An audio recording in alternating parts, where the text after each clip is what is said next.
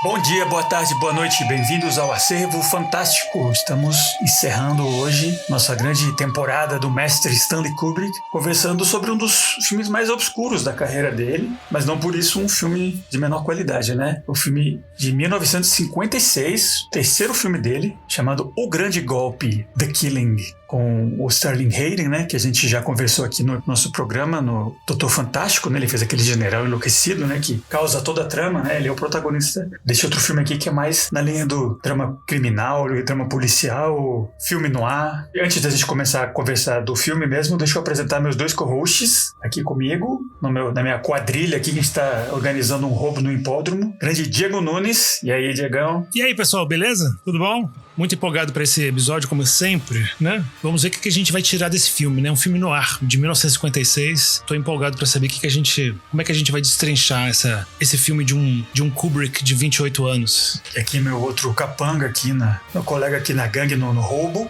grande Igor de Campos. E aí, velho? Bom dia, boa tarde, boa noite, cavaleiros. Sempre um prazer estar com vocês aqui discutindo nesse espaço virtual esses filmes tão intrincados e fragmentados e complexos como um jogo de xadrez entre um lutador de luta livre russos e um assaltante de bancos. Eu estou louco pra saber o que eu vou dizer a respeito desse filme, porque se perguntar agora pra mim, eu não sei. Eu sou o Felipe Sobreiro e vamos então tentar ver do que a gente conversa hoje.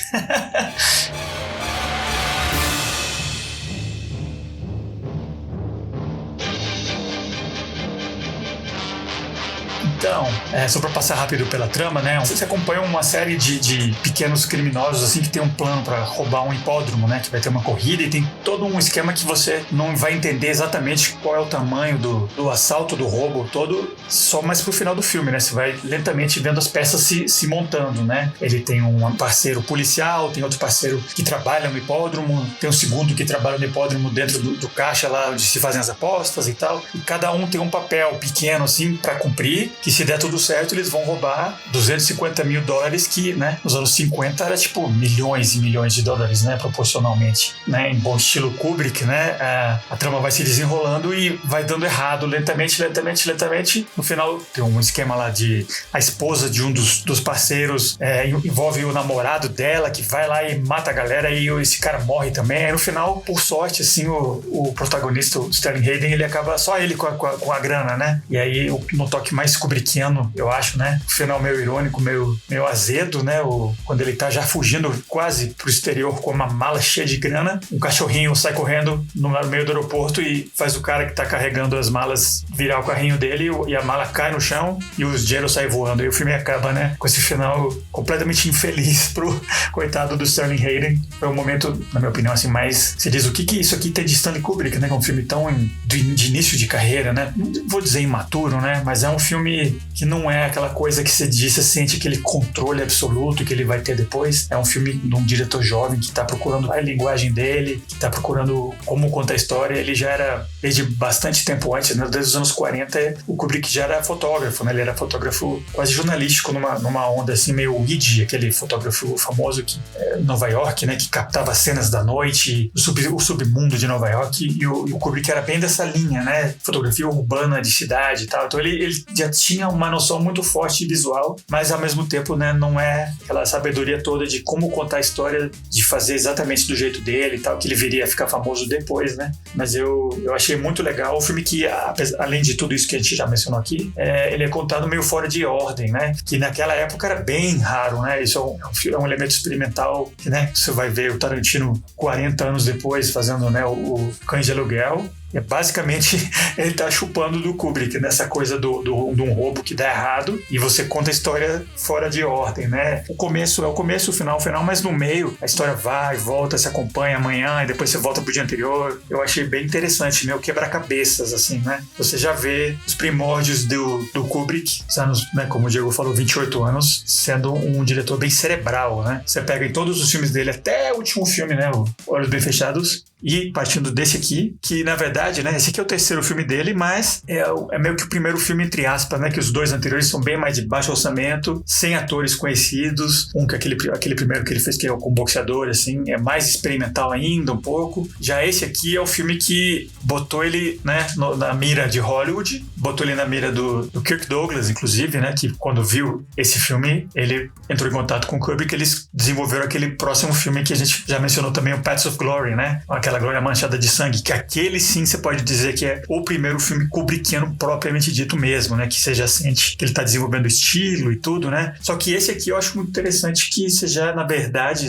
ele já tá aqui, né? Ele ainda tá montando a personalidade cinematográfica dele, mas eu acho que é muito forte esse aspecto intelectual, esse aspecto de ter uma remoção, né, do diretor, do espectador um pouco além deles, né? Você tá observando tudo dar errado e tem algo meio de engraçado, né? O final, sei como é, indica esse lado meio cínico que o Kubrick nunca vai parar de ter, né? Queria então perguntar pra vocês dois, né? Se vocês... Porque esse aqui é um filme realmente mais obscuro, né, na filmografia do Kubrick. Se vocês já assistiram, o que vocês acharam dessa vez? Por exemplo, Diegão, qual é a sua história com The Killing? Se é que você já tinha assistido antes ou não, e o que você achou dele? Eu já tinha visto faz um tempo, assisti uma vez, também por ser um filme do Kubrick. Eu não assisti o filme porque eu quero ver filme no ar, ou porque, né? Foi só porque realmente é um filme do Kubrick, e eu queria realmente, como ele fez até poucos filmes, né? E eu gosto muito de filme no ar também, então eu queria realmente conferir esse aí, porque é ele que fez tudo. Curiosidade pra ver como é que ele tava, como é que ele fez esse filme mais jovem, né? E tudo. Mas eu não me lembrava quase nada do filme quando eu fui ver agora de novo. Eu só me lembrava que era um plano muito bem arquitetado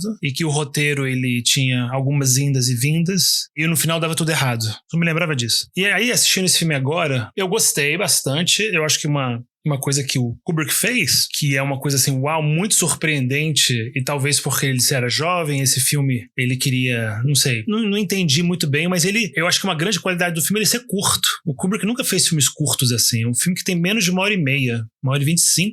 Ele é super sintético, é um filme que realmente vai direto ao ponto, é um filme magro, magrinho, bem em forma, não tem nada além, nada fora, sabe, não tem nenhuma gordura, tudo é bem corretinho, bem certinho, uma fala leva a outra, uma cena leva a outra, que não quer dizer que o filme é linear, né, ele é um filme interessante que até influenciou o Tarantino. Eu vi algumas cenas assim que...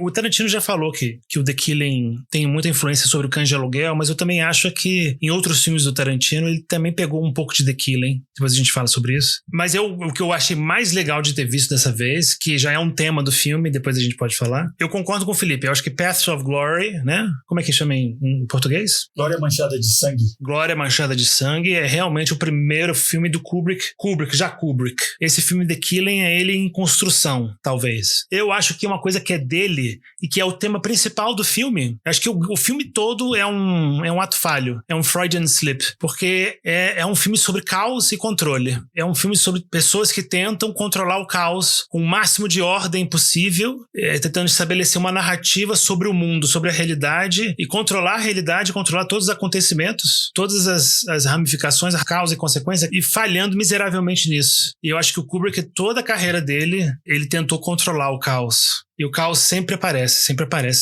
talvez até tornando os filmes dele melhor por isso. Porque o Kubrick, ele até o fim, até o último filme, ele tinha que achar soluções para problemas que aconteciam, assim, 1000 problemas que acontecem durante a filmagem de um filme. Você filmar um filme, você tem uma equipe de centenas de pessoas e você tá à mercê do imprevisível muito, porque você trabalha com gente, com pessoas, com a natureza, com dinheiro, com pressão, então, e você tem que organizar tudo aquilo para conseguir fazer um filme com o seu estilo, com a sua cara, o filme que você quis fazer. É bem diferente de um cara que tá lá com a tinta e a tela na frente, ele pinta. E ele consegue controlar muito mais o que sai. Né? Um diretor não, ele luta muito para conseguir fazer o filme que ele imaginou antes. Então eu acho que o filme é mais sobre isso, mais do que a historinha dele, né? Tal de assalto e tal. Perfeito.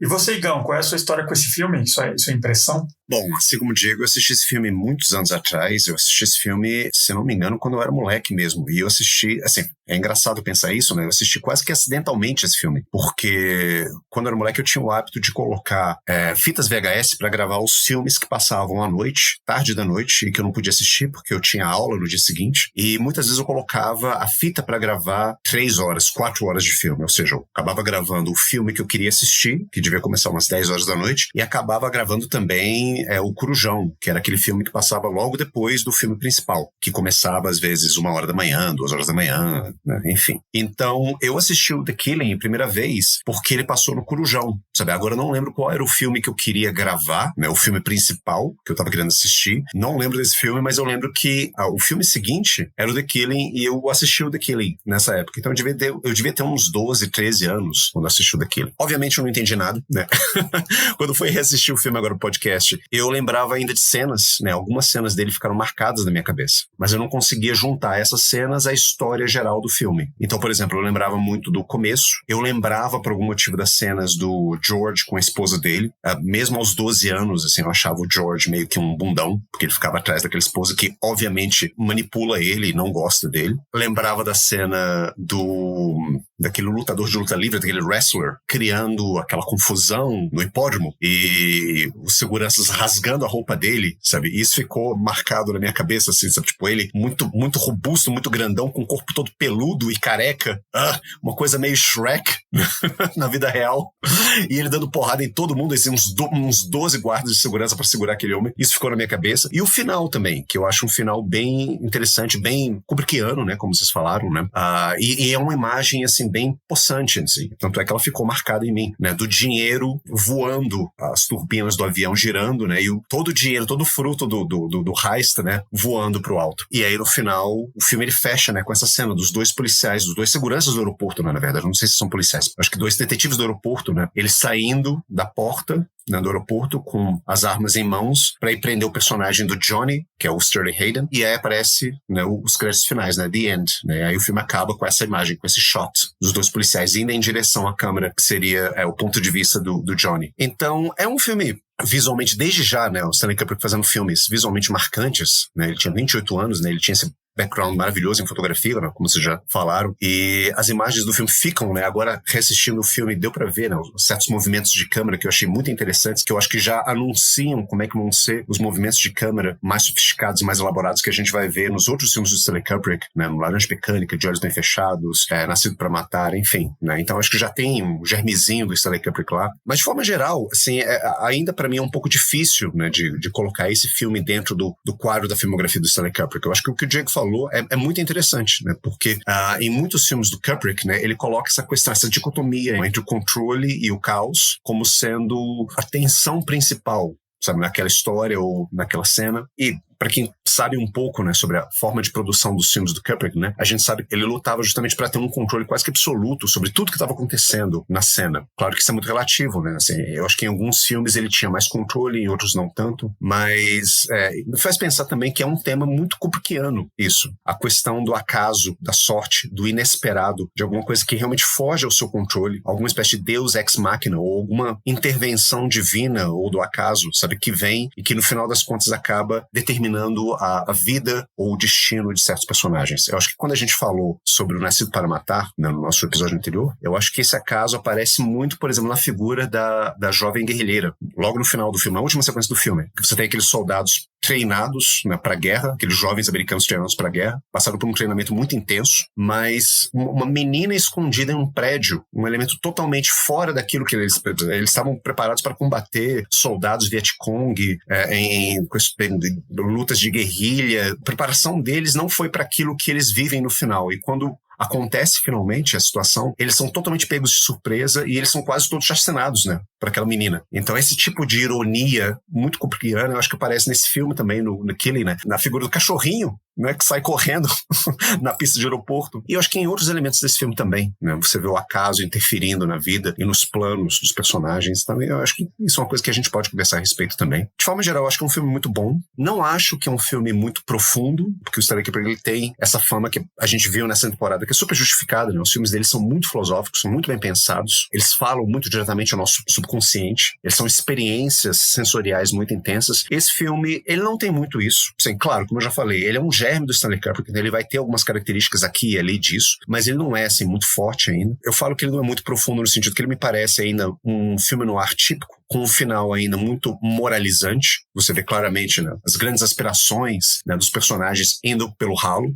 Isso é típico do filme noir, então nesse sentido ele não é muito, muito, muito diferente de outros filmes noir que eram feitos naquela época, né, ou que foram feitos depois. Mas ainda assim, eu acho um ótimo filme e estou ansioso para ouvir o que vocês têm para falar a respeito desse filme, Cavaleiros. Perfeito. Esse elemento realmente, né, você tentar se preparar para o caos, né, porque além dessa cena final, né, tem uma outra antes que também é bem né, emblemática disso, quando aquele personagem do Timothy Carey, né, que era um ator assim, um coadjuvante, um character actor muito bom, né, nos anos 40 e 50, ele faz um assassino nesse filme, um cara com espingarda lá, com um rifle, cujo trabalho dentro daquele quebra-cabeças de peças e pequenos passos que essa quadrilha organizou para roubar o dinheiro, ele tem que dar um tiro num cavalo quando ele tá passando numa curva e não sei o que, e aí o cavalo vai cair, vai gerar uma bagunça, e vai ter uma briga ao mesmo tempo com o lutador lá que o Igor mencionou, e aí vai abrir uma porta, porque aí o amigo dele vai abrir a porta e tal, etc. Então tem, né, esse absurdo, né, de você tentar controlar o incontrolável.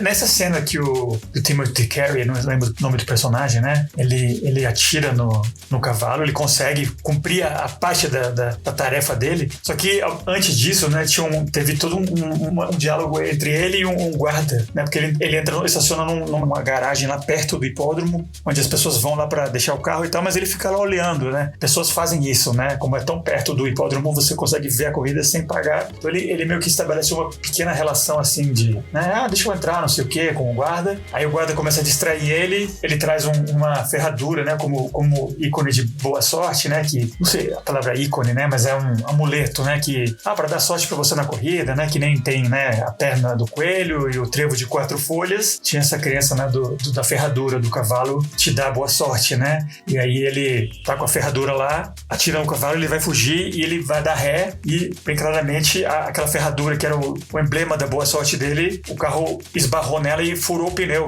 então o que impediu ele de sair foi a ferradura, o que ele ganhou do guarda, né? Pra mim isso é hiper Kubrick, né? E ele tentando mostrar, né, que ao mesmo tempo que não existe a sorte, o caos é muito mais poderoso, né? Então, talvez é um comentário que ele tá fazendo a respeito do que ele vai, como diretor, começar a fazer, né? Eu vou tentar daqui pra frente botar minha visão o mais claro possível, e isso vai ser uma tarefa meio imbecil, meio insana, onde eu vou tentar lutar contra o destino, lutar contra a sorte. É uma tarefa ridícula, mas eu acho que talvez algo da área artística é isso, né? Você tentar controlar, né, o que não consegue ser controlado, né, na sua arte, né? Então eu imagino que depois de velho, nos anos 90, lá, o Kubrick talvez lembrava desse aspecto desse filme, né? Dizendo que ele meio que previu, né? Que é uma tarefa meio absurda, né? De empurrar a pedra até o topo da montanha que vai sempre rolar de volta, né? Talvez, eu achei interessante isso, né? Um protocomentário a respeito do que ele ia tentar começar a fazer na obra dele, né? O que os personagens, especialmente o Johnny, né? O protagonista desse filme, tá tentando, né? Ele é um cara hiper sério, hiper focado, mas não interessa, né? Você não vai conseguir, né?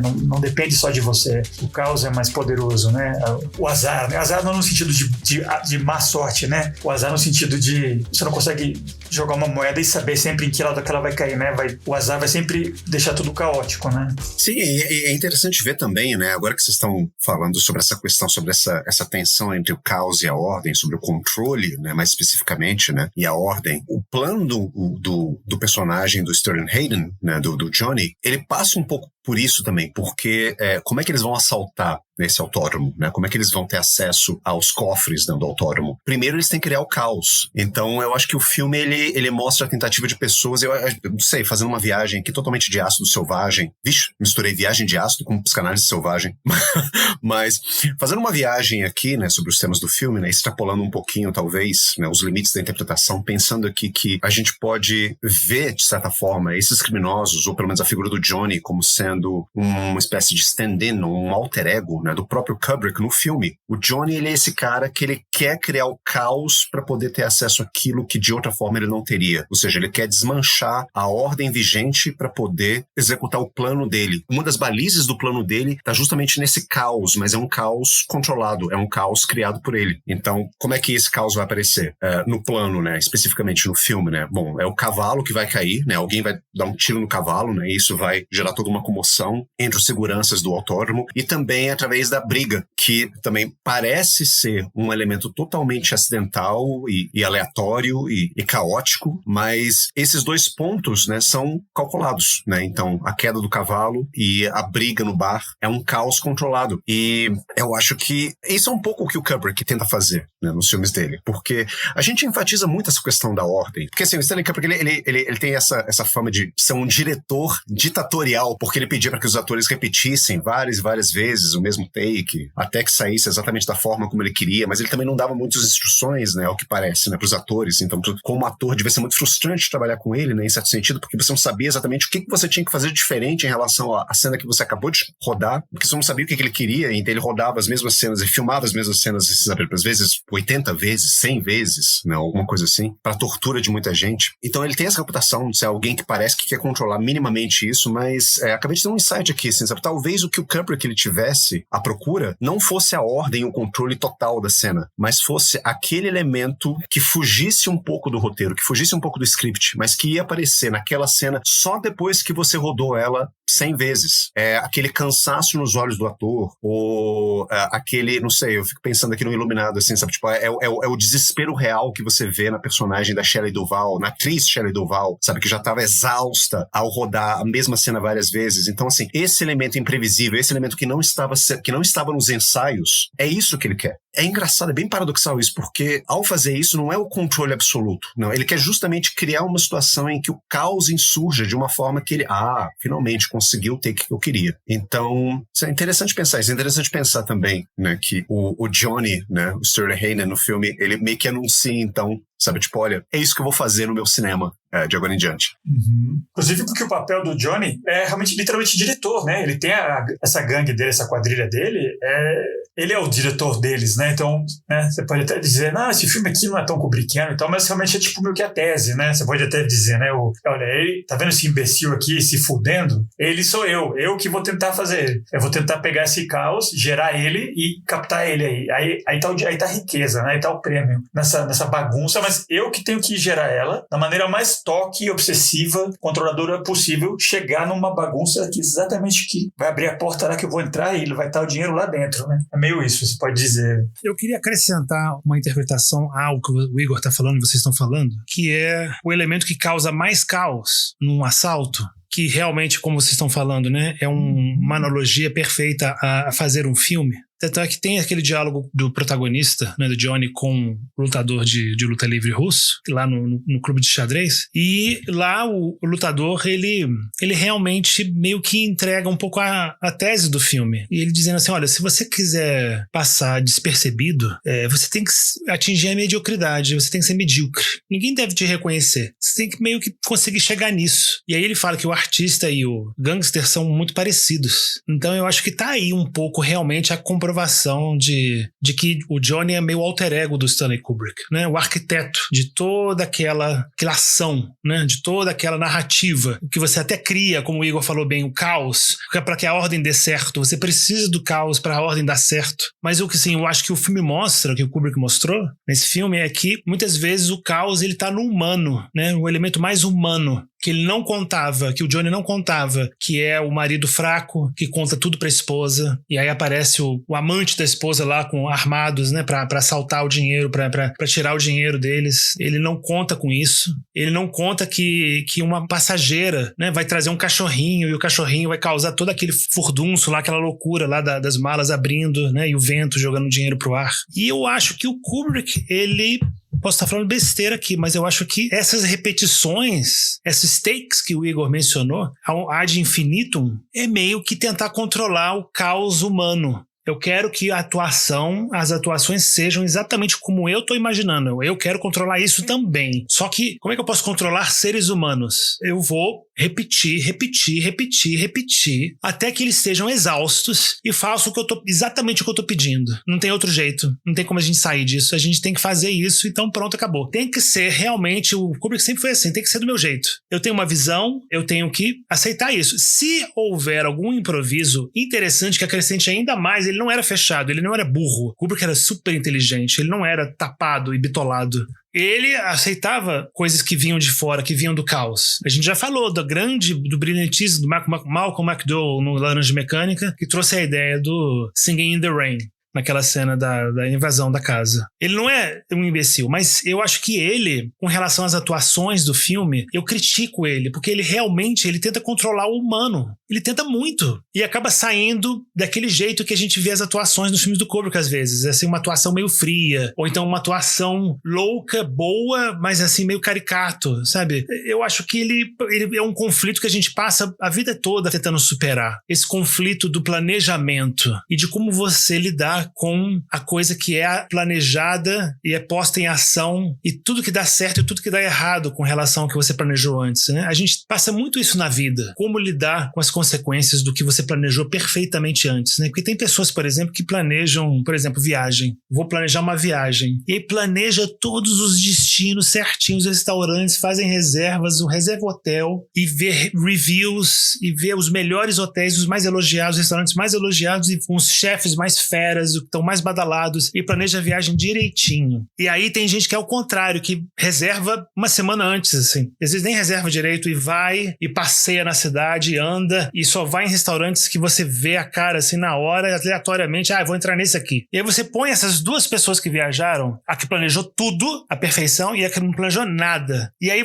eu acho que o nível de satisfação e o nível de, como é que se fala, de frustração deve ser muito parecidos. Porque para a pessoa que quis colocar ordem na viagem, aconteceram muitas coisas que tiraram da ordem. E para a pessoa que deixou tudo ao acaso, muita coisa deve ter sido ruim também. Podia ter escolhido melhor. Então é uma coisa assim complicada, porque também você não pode deixar tudo ao acaso, mas você tem que observar, você tem que notar, olhar. Eu acho que o segredo é você observar quando a coisa sai certa, quando a coisa aparece assim, você vai lá e aproveita. Então é complicado isso, porque, por exemplo, o Clint Eastwood é um cara que também planejava muito, fazia storyboards e tal, né, quando ele dirigia e tal, acabou de se aposentar, mas ele é um diretor de 1 ou 2 takes, é um diretor que não controla o humano, não tenta controlar. O que sai do humano é o que sai. E é isso que é o genuíno, e é isso que eu vou gravar e acabou. Ele não tenta, não tá nem aí. Mas o filme sai do jeitinho dele, ele sempre faz com a mesma equipe. É tudo planejado também, é muito organizado, hiper organizado o Clint Eastwood. Mas ele não tenta controlar o elemento humano. E o Kubrick tenta, ele sempre tentou. O David Fincher também. Vocês acham que eu tô simplificando muito a questão? Acho.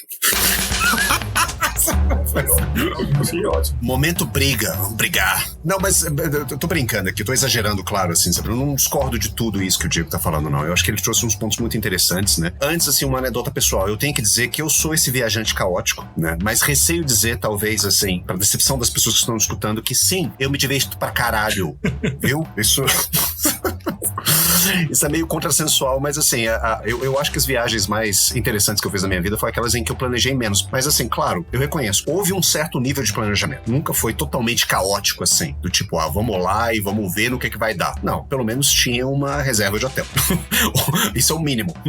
Mas fora isso, aquelas viagens em que eu planejei muito, pra mim eu acho que o planejamento é a casa da frustração. Quanto mais você planeja, mais você cria expectativas, e nessa criação de expectativas você vê que as coisas, a realidade, né, assim, ela vai muito além ou então muito aquém daquilo que você esperou. Mas enfim, né, eu tô aqui falando um pouquinho da minha vida, mas assim, qual o ponto que eu discordo um pouco do Diego, assim, sabe? Pensando especificamente, assim, sabe, nessa questão do Stanley Kubrick, né, porque muito se fala ainda a respeito desse excessivo controle que o Stanley Kubrick tinha, né, dos atores e de todos os elementos, né, toda a mise-en-scène, tudo no filme. Tem aquela anedota, inclusive, de quando ele tava rodando Spartacus, né, já nas cenas finais do filme, né, quando aparece aquela estrada cheia de pessoas crucificadas, né, e uma delas é o Kirk Douglas, né, que foi crucificado, foi punido. Finalmente os exércitos de Spartacus foram derrotados, né, e ele tá lá sendo punido. O Stanley Kubrick teria gritado para uns assistentes de direção dele, assim, sabe, tipo, aquele cara ali, lá no fundo, por que ele não tá se mexendo, sabe? Aí ele várias vezes rodava o mesmo take, assim, sabe, tipo, eu quero que todo mundo se mexa enquanto vocês estiverem... Lembre-se, vocês estão sendo crucificados, vocês estão morrendo de dor, então é pra vocês se mexerem, é pra vocês lutarem contra isso, e tem um cara lá no fundo que não tá se mexendo. Por que esse cara não tá se mexendo? E ele rodou essa cena várias vezes, até a exaustão dos atores, até Kirk Douglas começar a reclamar. Aí ele foi pra um assistente de direção dele e falou assim, sabe, tipo, você vai lá no fundo e veja por que aquele cara lá, a última cruzinha que eu tô vendo aqui, por que ele não tá se mexendo? O cara dizem que o cara demorou 20 minutos caminhando até o final dessa estrada, passou por todos os crucifixos, né, que foram colocados, voltou depois 20 minutos, né, andando, e falou assim, diretor, ele não tá se mexendo porque é um boneco. Aí o Kubrick fez, é um boneco? Teve aquele momento meio silêncio, assim, putz, então coloquem uns arames naquele boneco, porque eu quero ver ele se mexendo. E ele foi rodar a cena de novo. Então, assim, controla tudo. Até um boneco tem que ser controlado pelo Stanley Kubrick. Então tem isso. Mas eu volto àquele meu argumento de que o Diego, ele tá partindo do pressuposto de que quando você exaure os atores, eles ficam mais dóceis e acabam fazendo aquilo que você quer. Sendo que eu acho que é o contrário, sabe? Eu acho que nos primeiros takes, a intenção do ator é fazer aquilo que o diretor quer. Mas depois do 20º, do 30º, do 90º take, eu acho que duas coisas acontecem aí. Bom, primeiro, o ator, ele internalizou aquilo que ele tem que fazer. Ele já não precisa mais de muitas instruções do diretor para saber o que ele tem que fazer, quais são as falas dele, aonde que ele tem que pisar, o que ele tem que pegar exatamente. Ele já trouxe isso pro corpo dele. Acaba sendo uma espécie de second nature dele fazer isso. Então, justamente, quando ele tá nesse estado mais ou menos relaxado, em que ele não precisa ficar se lembrando conscientemente, deliberadamente do que ele tem que fazer ou do que ele tem que falar, né? Quando parece que o corpo dele já tá no piloto automático e ele já sabe instintivamente, né, entre aspas, o que ele tem que fazer naquela cena, aí sim, nesse espaço da exaustão, o acaso e o improviso, eles entram mais facilmente. E o ator, ele se sente mais pronto pra poder, de repente, fugir um pouco do script. Então, assim, a exaustão do ator não é pra ele ficar mais dócil e fazer exatamente o que o diretor tá querendo. Não, ele já tava fazendo isso no primeiro take. Tanto é que, vendo entrevistas com esses atores, assim, sabe, que sofreram nas mãos do Stanley Kubrick, o grande lance era, depois do 90º take, eu não sabia o que ele queria. Ou seja, eu tava fazendo tudo certo. Na minha cabeça eu tava fazendo tudo certo, na minha cabeça eu tava fazendo exatamente o que ele tava pedindo para que eu fizesse. O que ele quer, que eu não tô fazendo, que eu não tô entendendo, que ele tá pedindo para que eu faça e refaça essa cena. Então, eu acho que justamente dá um... Não é que o ator tocou foda-se, não nesse sentido, sabe? Mas ele já fez tanta mesma coisa várias vezes, que aí eu acho que justamente ele cria um espaço interno para que o acaso entre um pouquinho. Alguma coisa que foge um pouquinho do script. Eu sei o que eu tenho que fazer, aonde que eu tenho que colocar minha mão, qual a impostação da minha fala, mas aí, depois de várias cenas, vários takes, e nesse estado de cansaço, eu faço alguma coisa, às vezes um mínimo detalhe imperceptível, que acaba sendo justamente aquilo que não tinha sido planejado, que é o que o diretor quer. Então, eu não sei, assim, eu não sei se a exaustão faz com que o ator aí sim faça o que o diretor quer. Eu acho que não seria bem por aí, não. E quanto às interpretações não humanas do Kubrick, concordo com o Diego, né, de fato, né, não tem como negar, mas assim, eu acho que eu defendo a tese de que o Kubrick, ele tira grandes interpretações dos atores, de todos os atores. Agora, não são interpretações boas num sentido Oscar, porque é engraçado, porque ontem, inclusive, eu tava conversando com um grupo de amigos a respeito de um filme que a gente já discutiu aqui, que é aquele Uma Batalha Após a Outra, que eu acho que é a melhor interpretação de longe no filme inteiro, de todos os atores. Eles são um filme com atores ótimos, né? E eu acho que todos eles estão muito bem, mas de longe, realmente, a melhor interpretação do filme é o Sean Penn. Se você vê o que a interpretação dele tem de diferente das outras, o Sean Penn, ele tá totalmente artificial e caricatural e exagerado e quase robótico e mecânico. Eu acho que enquanto outros atores, como Leonardo DiCaprio, por exemplo, estavam levando o filme meio a sério, estavam usando um method acting, sabe, pra entrar no personagem e investigar a subjetividade dele, sabe, o Sean Penn, ele tava quase que um robô, né, maníaco, né, e tarado de extrema direita naquele filme. É quase que uma caricatura de um militar. E eu acho que dá muito certo. E assim, eu acho que não tem como dizer que a interpretação dele é ruim. É bem diferente. E até me surpreende, assim, sabe, o fato dele ter ganho o Oscar por esse filme. Eu acho que, não sei, estavam querendo muito dar um Oscar pro Sean Penn nesse ano.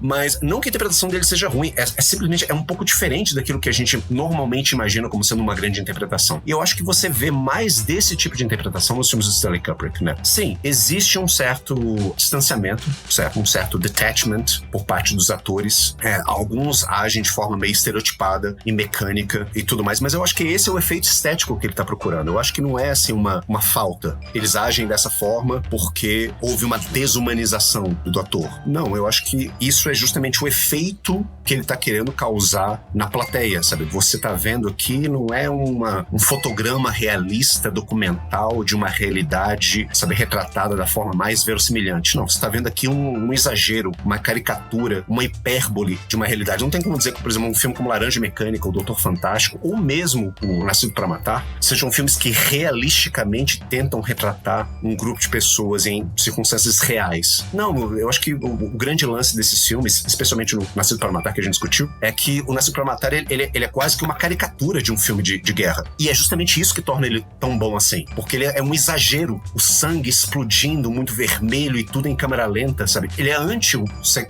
Resgate do Soldado Ryan, que tenta retratar de forma documental, realista, como é que foi o dia D, a guerra, os soldados. Não, o Nascido para Matar é quase que um Paul Verhoeven. da vida, assim, com as pessoas explodindo e tudo mais. Então acho que é isso que o Stanley Kubrick tá querendo fazer. Pro meu gosto, assim, eu defendo que as interpretações dos filmes dele não são ruins, não. São exageradas, são artificiais, são caricaturais, sim, sem dúvida nenhuma. O Diego tá certíssimo. Mas eu não acho que isso é um demérito, porque ele tava querendo, assim, espremer os atores, tirar o suquinho de humanidade deles, aí ficou aquilo meio, sabe, chapado que a gente vê na tela. Não, eu acho que ele tava justamente querendo chegar nesse ponto. E eu acho que ele chega muito bem. Uma coisa que tem do Kubrick é realmente não é verossimilhança, simulação de realidade. Nenhum filme dele tem isso, né? Todo filme dele, a partir desse, inclusive, que a gente está falando hoje, os próximos todos, 2001, Lolita, Laranja Mecânica, todos eles são filmes performance no sentido de que não está sendo uma representação sutil e não sei o quê, né? Se você chegar perto, você vê assim, um sentimento no olho do cara. Não, ele tem uma pantomima, né? Em todos os filmes dele, o Hartman, no filme passado, né? Aquele cara que grita em todas as cenas, Doutor Fantástico, mesma coisa. Até os outros filmes, você consegue, filmes, né? Barry Lyndon, né? Tem cada performance estridente, seria, né? Que defeito, que atuação ridícula, ruim, né? Esses coadjuvantes da Laranja Mecânica, que pessoas são essas, né? Mas eu acho que é isso, né? O filme tá escrevendo personagens, tipo uma coisa meio Kurt Vonnegut, quase assim, né? Você tá falando muito da realidade, muito da humanidade, mas não é aquela coisa, aquela sutileza, assim, do pequeno gesto, né? Na verdade, não, né? É o Jack Nicholson, né? É aquela coisa, a humanidade tá ali, naquela performance exacerbada, porque, entende? Tem um elemento meio de teatro quase até, né? O Kubrick, ele cinema é performance e tem um trabalho de expressão que não é uma imitação sutil e pálida da realidade, né? E inclusive esse do hoje, né? O Grande Golpe, né?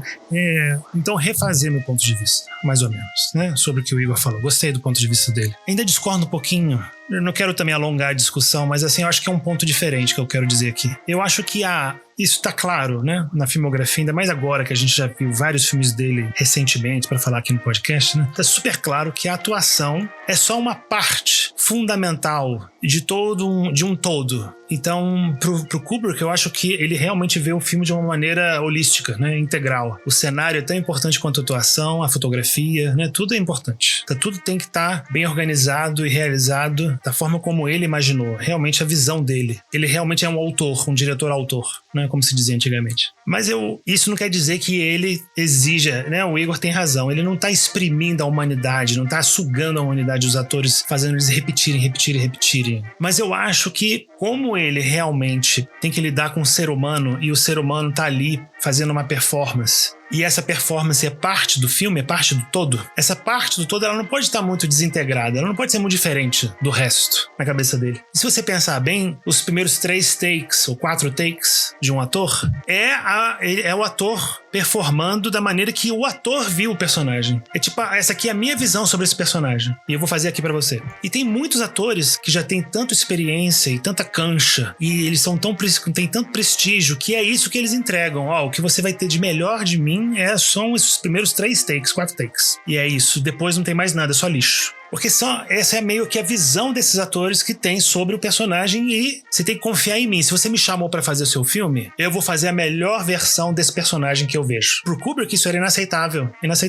Porque a performance, ela tem que combinar com o filme, sabe? Você não pode chegar lá, o Anthony Hopkins, que já falou exatamente isso, o meu segundo take é o melhor. Então se você não ficar com esse segundo take, talvez faça um terceiro, mas o melhor é o segundo. Se ele chamasse o Anthony Hopkins pra fazer os filmes dele, não ia dar certo. Porque o Anthony Hopkins ia ser o Anthony Hopkins no meio do filme do Kubrick ali. E aí, talvez por sorte, muita sorte, combinasse. Porque também o Kubrick, ele não era assim, o Igor tem razão, não era assim, ele não exprimia, não amassava a individualidade de ninguém. Assim, não era isso, o Igor tem razão. Ele deixava, às vezes, a individualidade do ator vir à tona, e as ideias do ator vir à tona. Ele deixava o ator, às vezes, improvisar, porque combinava com, ou então até melhorava a visão dele. Ele tinha essa inteligência, né? Ele tinha isso, essa inteligência emocional, inclusive. Ele tinha essa humildade também. Mas eu acho que, quando o ator faz 30 vezes, 40 vezes, 50 vezes, o diretor já conseguiu agregar o elemento, o filme, né? A visão dele na atuação do ator. Ele conseguiu. Então a atuação, ela se transforma em algo que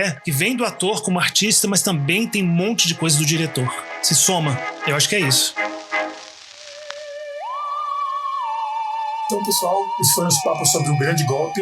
um filme bem, né, dentro da obra do Kubrick, um pouco mais obscuro, né, mas que eu acho que vale muito a pena você procurar ele pelo que a gente falou hoje, e até, né, se você quer ver um filme de época, né, dos anos 50, que se tem um defeito dessa juventude, que inclusive me inclui a mim, que eu já não sou jovem, tem um pouco de preguiça de filme um pouco mais antigo, cinema preto e branco, cinema mudo, pior ainda, né, mais antigo, mas eu acho que tem muita coisa tão rica, tão legal, que você vai ver, e você vai ver todos os contemporâneos seus, diretores e tal, que chuparam daquela época, né, daqueles filmes antigos. Eu acho muito valioso, né? Não é um esforço, não é um dever de casa, não é uma pesquisa maçante, né? Eu acho que o cinema antigo é bem rico, bem gostoso de ser assistido, inclusive. Por mais que o visual é diferente, é preto e branco, a música, o estilo é diferente, as roupas e tal, eu acho que se você é um jovem cinéfilo que está começando, eu acho que não tem que ter medo não, e parte pra cima, e o Grande Golpe é uma perfeita entrada para, por exemplo, se você tem curiosidade. Mas então, antes da gente anunciar então qual vai ser o nosso próximo filme, nossa próxima temporada, inclusive, eu queria perguntar para um dos dois co-hosts qual é a dica da semana. A gente sempre recomenda algum filme, cada um de nós, relacionado de alguma maneira com o filme do dia, né? Só que antes de eu passar para os meus colegas, deixa eu passar na frente, se vocês me permitem, porque até onde eu sei, de nós três, o único que pegou um filme assim contemporâneo ao do Kubrick fui eu, né? A minha dica, né, é um filme francês, produção francesa, do Jules Dassin, do ano anterior, inclusive, a esse filme, chamado Rififi. Um filme que você acompanha uma gangue de ladrões na França, organizando um crime que eles têm que quebrar uma parede, lá um chão em cima de um banco, não sei o quê. Tem também uma série de problemas entre os personagens, tem as mulheres. É um filme hiper rico, muito legal. Os franceses, né, eles pegaram o filme no ar e eles saíram voando depois, né, quando já estava saindo um pouco de moda, né, inclusive eles que codificaram esse termo, né. E o Jules Dassin, na verdade, ele era americano, ele foi perseguido, né, pelo macartismo. Ele, depois de trabalhar nos Estados Unidos, ele foi pra Europa, né, tentar trabalhar, e fez o que talvez é a obra-prima dele, né, Rififi, né, que é o título em francês do Rififi chez les hommes, que acho que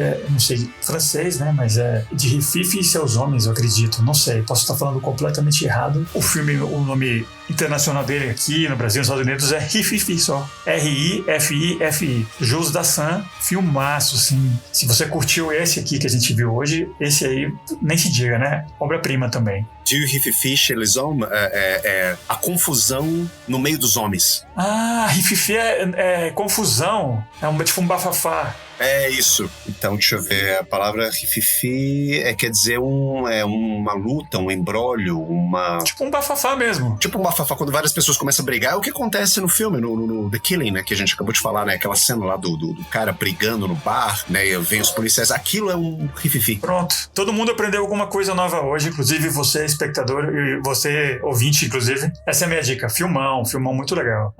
Deixa eu então passar pro você, Igor, que já estava falando. Qual é a sua dica da semana? Minha dica da semana é um filme um pouco mais contemporâneo, é um filme de 2009, de um grande diretor norte-americano chamado Michael Mann, que eu tenho certeza que vocês conhecem, vocês gostam muito, inclusive, eu sei que é um dos diretores favoritos do Diegão, e esse é um filme que eu assisti no cinema, né, quando ele saiu, no mesmo ano, chamado Inimigos Públicos, e é um filme, é um heist movie, né, assim, só esclarecendo, né, quando eu falo heist movie, é um desses filmes centrados num assalto a banco ou num assalto ao autódromo, como esse filme que a gente acabou de discutir hoje nesse episódio, e ele conta a história de um assaltante a bancos famoso, né, na década de 20, na década de 30, que é o John Dillinger, que é interpretado no filme muito bem pelo Johnny Depp. E o filme, além do próprio Depp, tem um grandíssimo elenco, né, tem a Marion Cotillard, atriz francesa maravilhosa, tem o Stephen Graham, né, que depois ficou super conhecido, que hoje está super conhecido por conta da série Adolescência, né, no Netflix, tem Christian Bale, tem Jason Clarke, tem vários atores muito bons, né, nesse filme.